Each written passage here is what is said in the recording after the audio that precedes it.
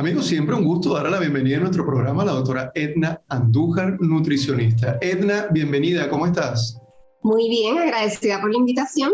Y nosotros agradecidos porque estés presente, como siempre, dándonos tantas recomendaciones importantes en este campo de la nutrición, como por ejemplo lo que queremos hablar hoy, porque Edna, muchos padres, madres, cuidadores están pendientes de que ya próximamente comienzan las clases y entonces hay un tema relacionado a que cómo elaborar de la manera más adecuada una merienda para nuestros niños, una merienda que sea nutritiva, que sea por supuesto saludable y además que les guste a los niños, ¿no?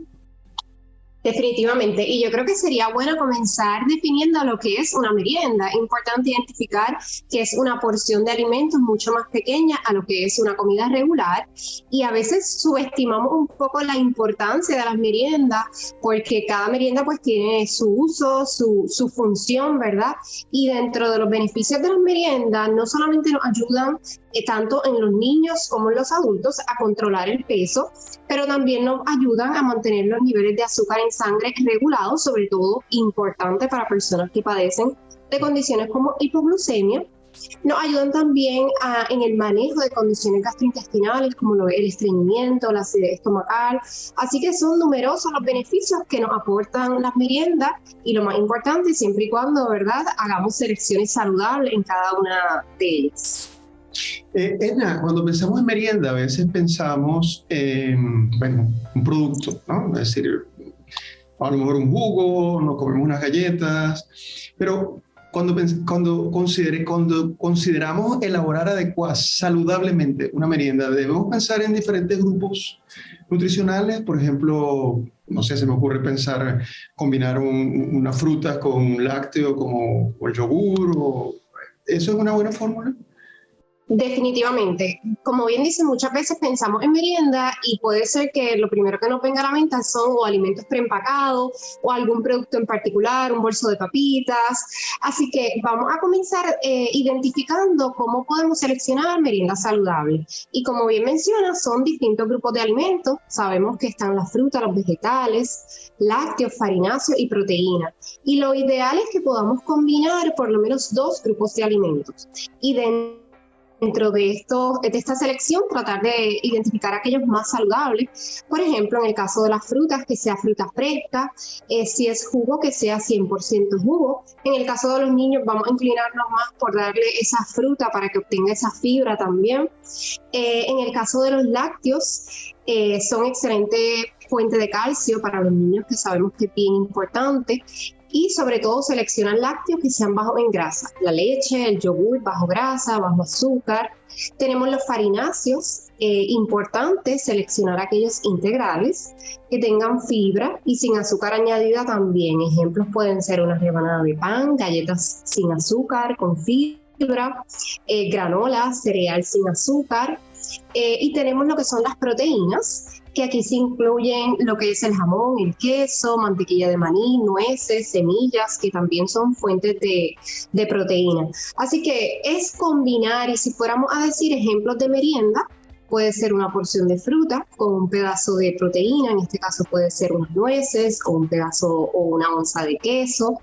Podemos también combinar un lácteo como el yogur con un cuarto de taza de granola. Así que ese tipo de combinaciones son las que queremos ver en estas meriendas, ya sea para los niños o para los adultos. Correcto. ¿Cuántas meriendas se recomienda que se hagan al día, Edna?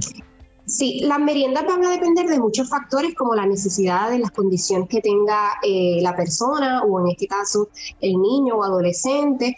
No obstante, lo que se recomienda es que luego de 2 horas después de cada comida, por lo menos se haga esa merienda. Esa es la recomendación general.